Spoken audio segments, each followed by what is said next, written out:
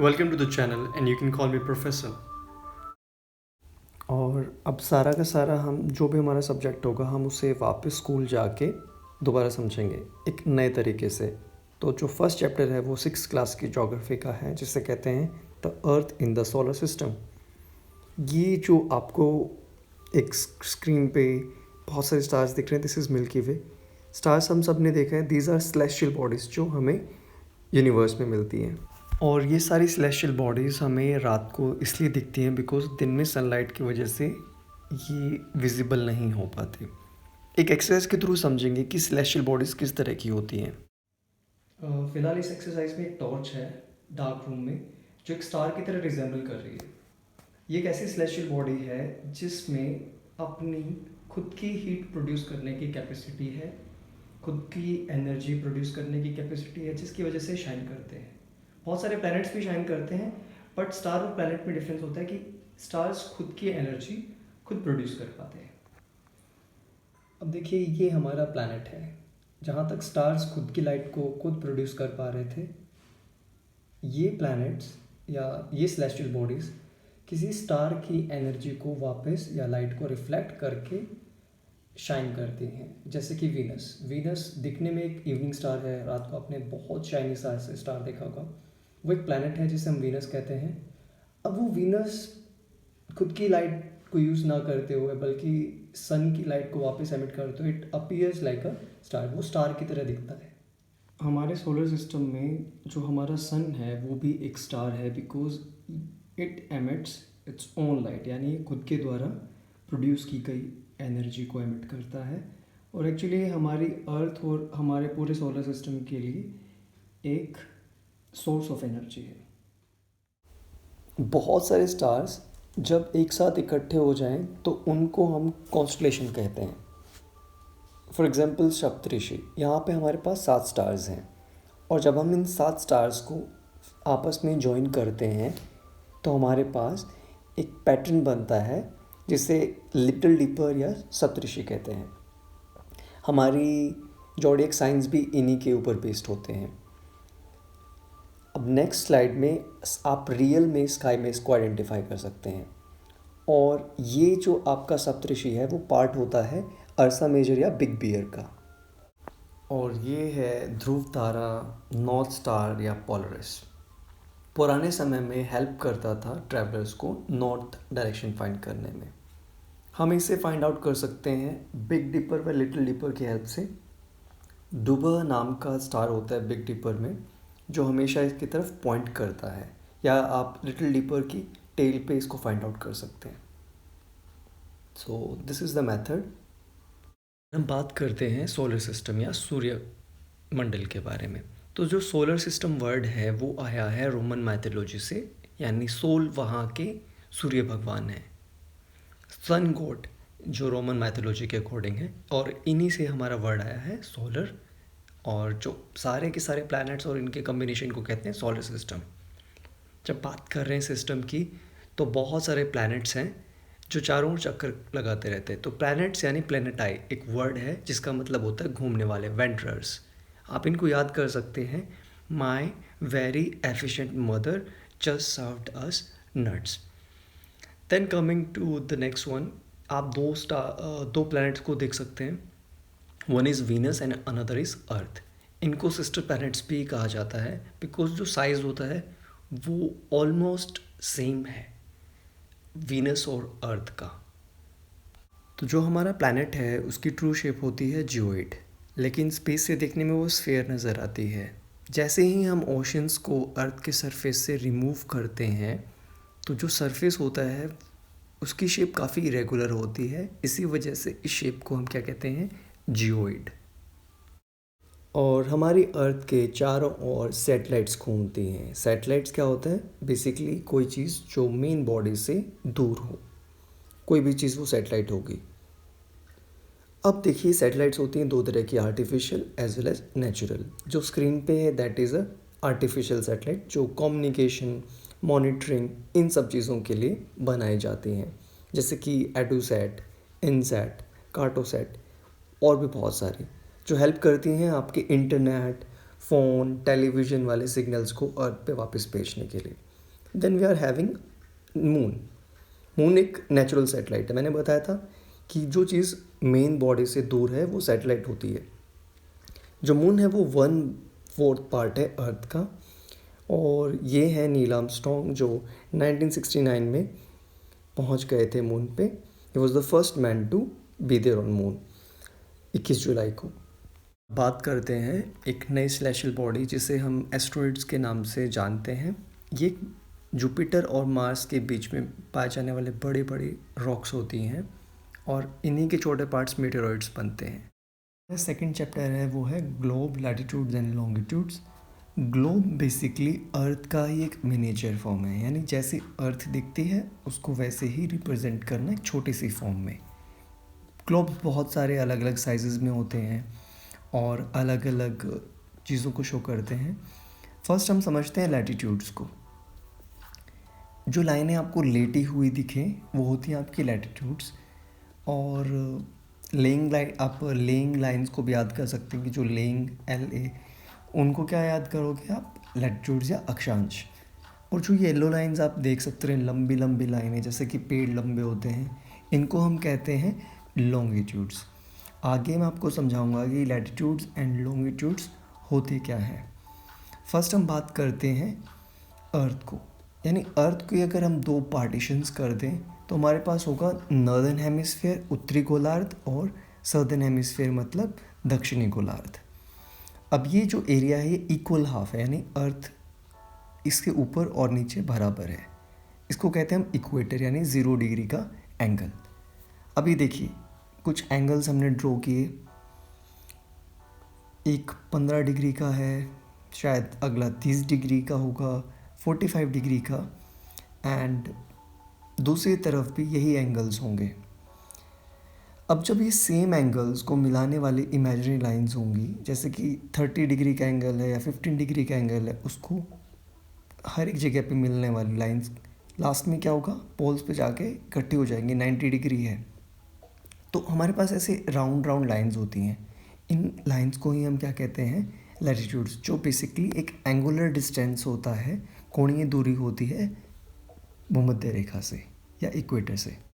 बात करते हैं लॉन्गिट्यूड्स, मेरिडियंस या फिर देशांतर रेखाओं की।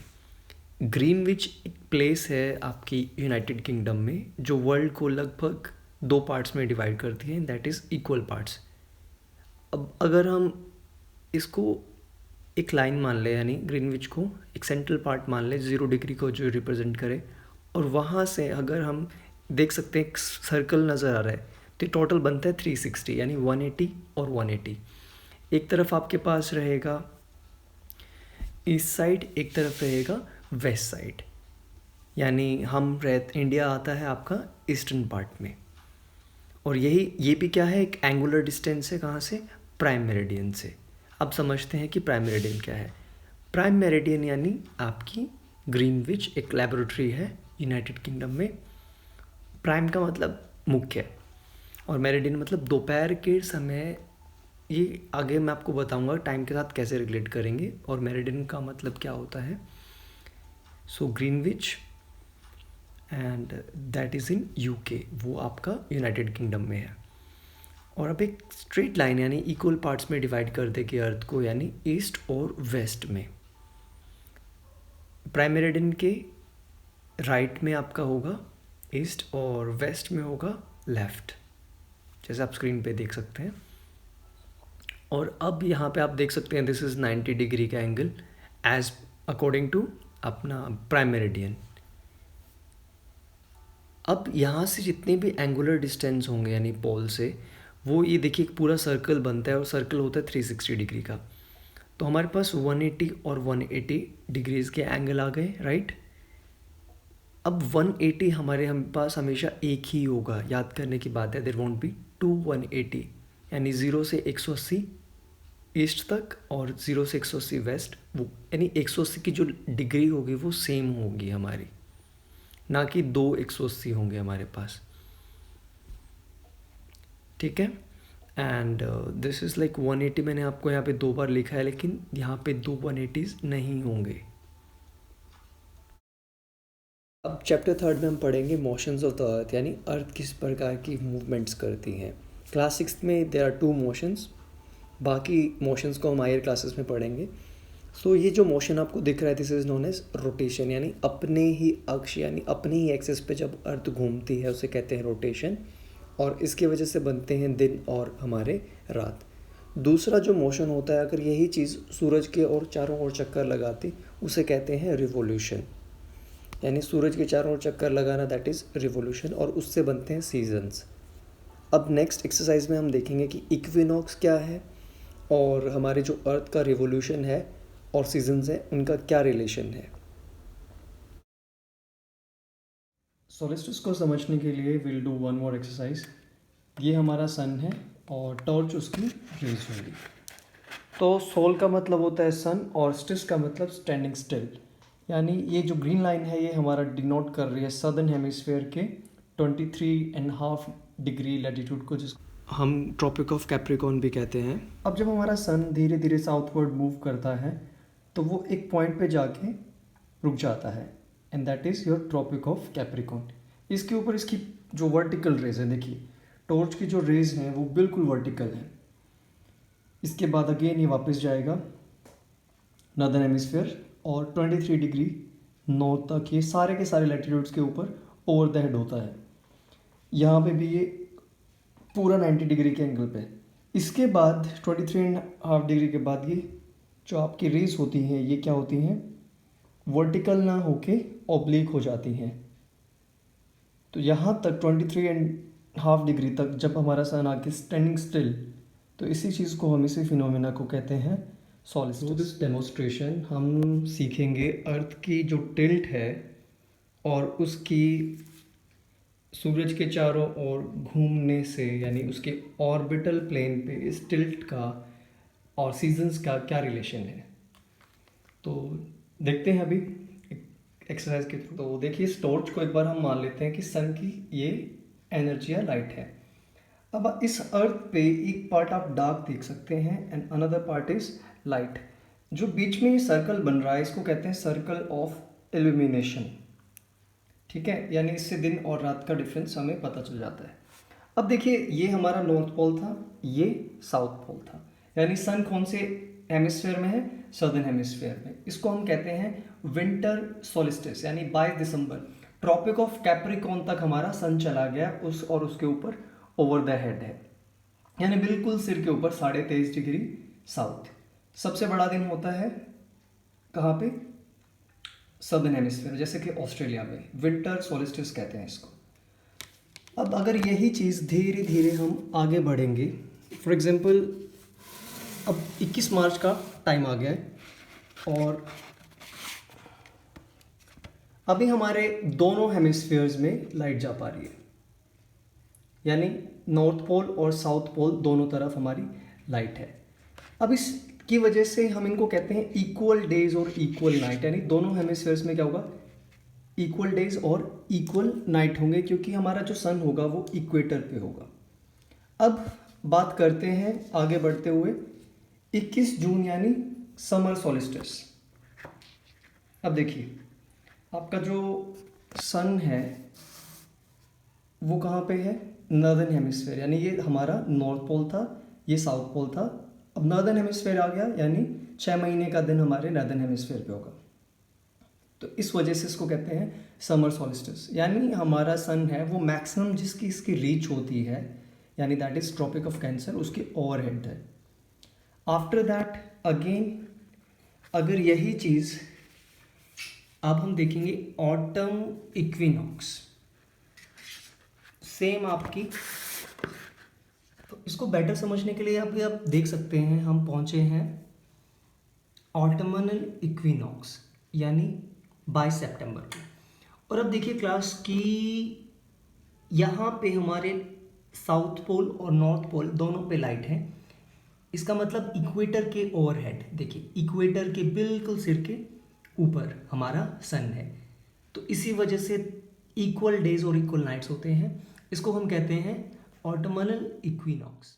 अब बात करते हैं चैप्टर 4 की, मैप्स यानी मानचित्र। हमारी लाइफ का एक बहुत इंपॉर्टेंट पार्ट, और मैप्स बहुत तरीके के होते हैं। और जैसे फॉर एग्जांपल समझने के लिए लाइफ में हम कहीं पे कहते हैं Google show me this direction, यानी डायरेक्शन हमारे मैप का सबसे फर्स्ट कंपोनेंट होता है। हमारे पास 4 मेजर डायरेक्शंस होती हैं जिन्हें हम कार्डिनल डायरेक्शंस कहते हैं। नॉर्थ यानी उत्तर, साउथ यानी दक्षिण, ईस्ट यानी पूर्व, वेस्ट यानी पश्चिम। इनके बाद हमारे पास होती हैं ऑर्डिनल डायरेक्शंस, यानी जो नॉर्थ और ईस्ट के बीच में कोई डायरेक्शन होगी उसे क्या कहेंगे, नॉर्थ ईस्ट यानी उत्तर पूर्व। इसके बाद हमारे पास रहेगा नॉर्थ वेस्ट यानी उत्तर पश्चिम, देन साउथ वेस्ट, एंड उसके बाद साउथ ईस्ट हमारे पास डायरेक्शंस। अभी स्क्रीन पे we can see there is a map. ये वर्ल्ड का पॉलिटिकल मैप है और इसके अंदर किसी भी मैप में बेसिकली 3 चीज़ें बहुत ज़्यादा इंपॉर्टेंट रहती हैं। वन इज़ योर स्केल, यहाँ पे लिखा हुआ है कि 1:54 लाख, तो यानी यहाँ पे मतलब क्या होगा, 1 सेंटीमीटर 540 किलोमीटर्स को शो कर रहा है, राइट। फॉर एग्जांपल अभी हम इस चीज़ को समझते हैं, जैसे कि दिल्ली से भी आगे अगर आप जा रहे हैं, देखिए जयपुर से भी हम आगे निकल गए हैं, ऑलमोस्ट उदयपुर के पास हम पहुंच चुके होंगे। तो ये डिस्टेंस कितना होगा, लगभग 540 किलोमीटर। या फिर हम देखें पुणे से इंदौर तक का डिस्टेंस लगभग 540 किलोमीटर। सो यानी जो स्केल हमारा 1 सेंटीमीटर इस मैप पे है वो कितने किलोमीटर के इक्वल है, रियलिटी में ग्राउंड पे 540 किलोमीटर्स। सेकंड चीज़ होती है डायरेक्शन। एक मैप पे हमेशा एक डायरेक्शन होगी, इस मैप में आपने नहीं देखी होगी, but there are some maps जिसमें एक आपको एन या फिर एक एरो डिनोट होती है। यानी हम किसी भी मैप को तभी पढ़ पाएंगे जब हमने उसको नॉर्थ डायरेक्शन में फेस करते हुए रखा होगा, तभी will be able to understand the map. Third चीज़ होती है बहुत सारे conventional science. As this is not a we can say topographical map, so will see that in topo. अब बात करेंगे हम टोपोग्राफिकल मैप, जिसके अंदर मैं आपको थर्ड इम्पॉर्टेंट जो आपका कंपोनेंट रहता है किसी मैप का वो शो करेंगे। सो अभी आप कुछ सिंबल्स को देख पा रहे होंगे, these are your conventional signs, यानी रूट चेन। इन सिंबल्स के थ्रू आप किसी भी मैप को आइडेंटिफाई या स्टडी कर सकते हैं। फॉर एग्जांपल जो रेड लाइंस दिख रही हैं, ये रेड लाइन क्या डिनोट कर रही हैं, दीज रेड लाइन्स आर, देखिए हमें रेड लाइन मिल गई, इसका मतलब क्या है, दीज आर कार ट्रैक, यानी यहाँ पे बैलगाड़ियाँ चलती हैं, यानी कच्चे रास्ते हैं गाँव वालों के लिए।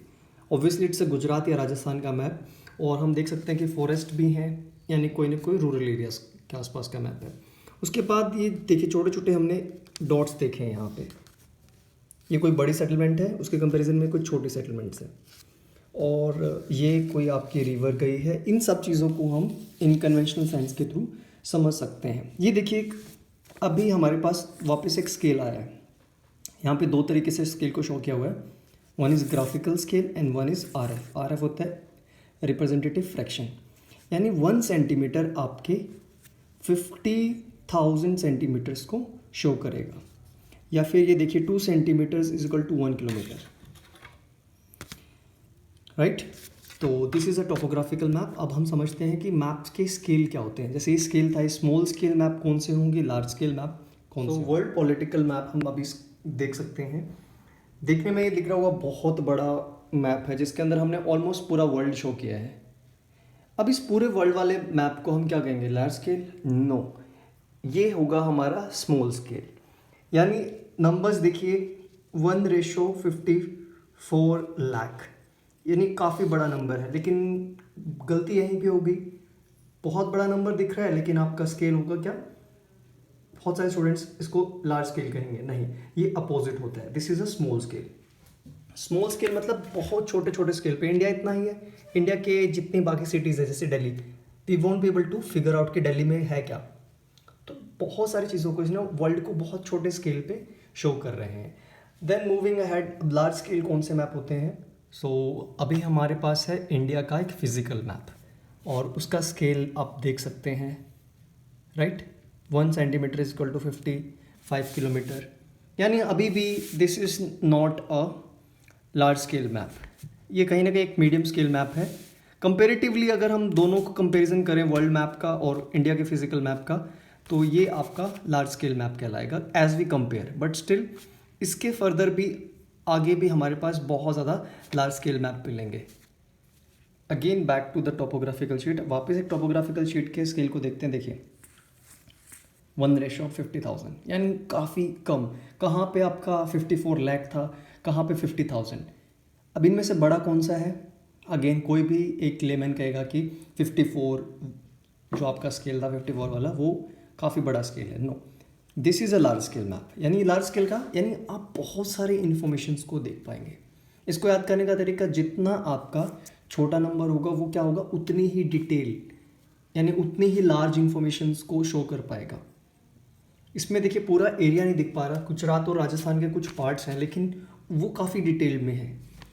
बल्कि आप ये देखिए एक एक माउंटेन्स, एक एक हिल, एक एक रिवर तक को शो किया जा रहा है, जबकि वर्ल्ड के मैप में ये दिखाना पॉसिबल नहीं होगा। Let's discuss about your types of map. See first we are having a political map. This is a political map, जहाँ पे हम पॉलिटिकल मैप का मतलब क्या होगा, बाउंड्रीज, यानी कहाँ कहाँ पे किस तरह की क्षेत्र शामिल हैं। फॉर एग्जांपल महाराष्ट्र, यानी महाराष्ट्र का एरिया यहाँ तक ही सीमित है, उसको अलग करने के लिए ऐसे ग्राउंड पे आप जाएंगे तो आपको ये बाउंड्रीज तो दिखने से मिली, तो इन बाउंड्रीज को हम क्या करते हैं, मैप्स पे अलग अलग ड्रॉ करते हैं कि this particular area is under Maharashtra, ये तेलंगाना के अंडर, ये आंध्र प्रदेश, और अभी देखिए newly craft Ladakh UT, and this is your Jammu and Kashmir. इसके बाद आता है फिजिकल। अभी देखिए इसके अंदर और इसके अंदर डिफरेंस, यानी आप यहाँ पे बाउंड्रीज को देख नहीं पा रहे होंगे। यहाँ पे जो वेरिएशन रहेगी वो बेस होगी ना कि आपकी एडमिनिस्ट्रेटिव बाउंड्रीज के अकॉर्डिंग, बट कि फिजिकल यानी फीचर्स के अकॉर्डिंग। ये जो एरिया दिख रहा है दिस इज़ माउंटेन्स, यानी जितना भी एरिया है this is your Jammu and Kashmir, Ladakh, Himachal Pradesh, Uttarakhand. लेकिन ये एक ही कलर से शो किया गया है क्योंकि हमें यहाँ पे क्या शो कर रहे हैं, प्राकृतिक या नेचुरल फीचर्स को। उसके बाद ये देखिए राजस्थान का ग्रीन एरियाज, यानी दीज आर प्लेन एरियाज। उसके बाद ये अरावली रेंज, विंध्यान रेंज यानी रेजिडुअल माउंटेन्स, छोटे माउंटेन्स, और this is your Deccan trap यानी डेक्कन प्लेट्यू। उसके बाद कोस्टल प्लेन्स को उन्होंने ग्रीन से शो किया। ये जो कलर्स होते हैं आपकी green, light yellow, brown, purple, these colours are based on some international standards. यानी पूरे वर्ल्ड में अगर हम कभी भी फिजिकल मैप शो करेंगे तो this is the way we should colour them, यानी हमें इस तरीके से ही उनको रंग करना पड़ेगा। उसके बाद आता है थीमेटिक, यानी किसी एक विशेष चीज़ को प्रदर्शित करने वाले मैप, यानी एक पर्टिकुलर किसी भी फिनोमिना को शो करने वाले मैप्स को हम क्या कहते हैं, थीमेटिक। जैसे कि this map is showing temperature, और अलग अलग क्लासेस में अलग अलग उनका क्या रहेगा, मैप पे शेड्स रहेंगे। देखिए अबव टू 27.5 यानी डार्क है, उसके बाद ये देखिए बिलो 20 बिल्कुल लाइट, और as you can see different shades are there, यानी ये टेम्परेचर इनके बीच में रहेगा। अब इसी इंडिया को हमने रेनफॉल शो करना है, तो अगेन अनदर थिंग। सो यहाँ पे भी हमारे पास कुछ क्लासेस हैं और इन क्लासेस के अकॉर्डिंग ही हमने बहुत सारे कलर्स किए हैं। अगेन ये देखिए अक्टूबर में रेनफॉल एंड जुलाई में टेम्पोरल, यानी टाइम के अकॉर्डिंग भी मैप्स को आप अलग अलग तरीके से कंस्ट्रक्ट कर सकते हैं। लैटिट्यूड्स एंड लॉन्गिट्यूड्स को समझने के बाद हम समझते हैं लॉन्गिट्यूड्स का जो आपकी घड़ी चल रही है उनके साथ क्या रिलेशन है, यानी आपके टाइम के साथ क्या रिलेशन है। सो फार हमें पता है कि हमारी जो प्राइम मेरिडियन है उसके कंपेरिट या उसके एंगुलर डिस्टेंस में ही ये लाइन हम ड्रॉ करते हैं, और हमारी प्राइम मेरिडियन कहाँ पे है, ग्रीनविच यूके। मेरिडियन जो वर्ड है उसका मतलब होता है बेसिकली नून, यानी दोपहर के 12 बजे, जो कि आप देख सकते हैं। वर्ल्ड को ग्रीनविच का सेंट्रल पार्ट के होने का मतलब यही है कि हमारा वर्ल्ड लगभग एक मिडिल पोजीशन आ जाता है, तो it will be easy for us to हमारी जो वॉच है उनके टाइम्स को मैनेज करने में।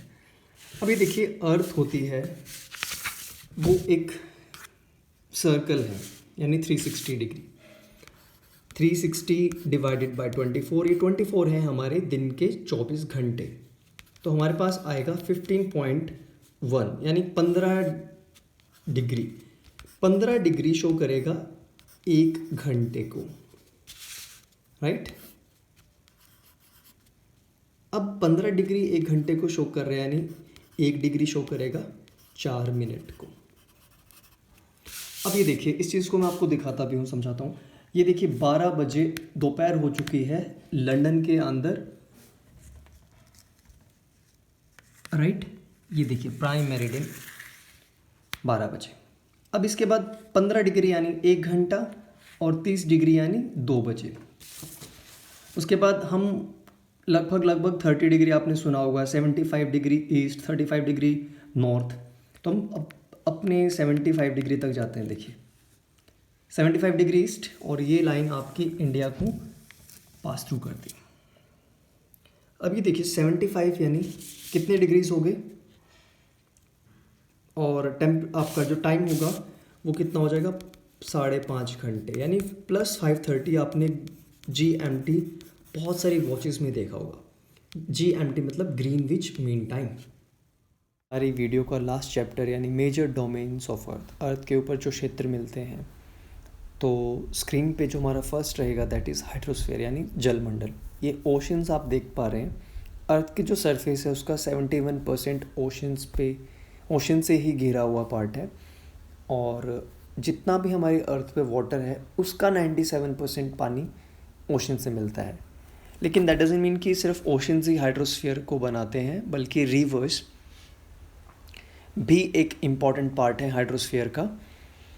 और जितना भी हम यहाँ पे बहुत सारी रॉक्स को देख पा रहे हैं, या आप एक देख सकते हैं बहुत बड़ी वॉल है, रिवर या वैली है, इसमें भी जितना लिथोस्फीयर है, लिथोस्फीयर का मतलब रॉक्स, लिथोस एक वर्ड होता है जिसका मतलब होता है चट्टाने, रॉक, यानी अर्थ के नीचे, यानी आपका चाहे वो ओशन फ्लोर हो, चाहे आपकी लैंड पे हो, जितना भी आपका रॉक स्ट्रक्चर होगा वो लिथोस्फीयर कहलाएगा।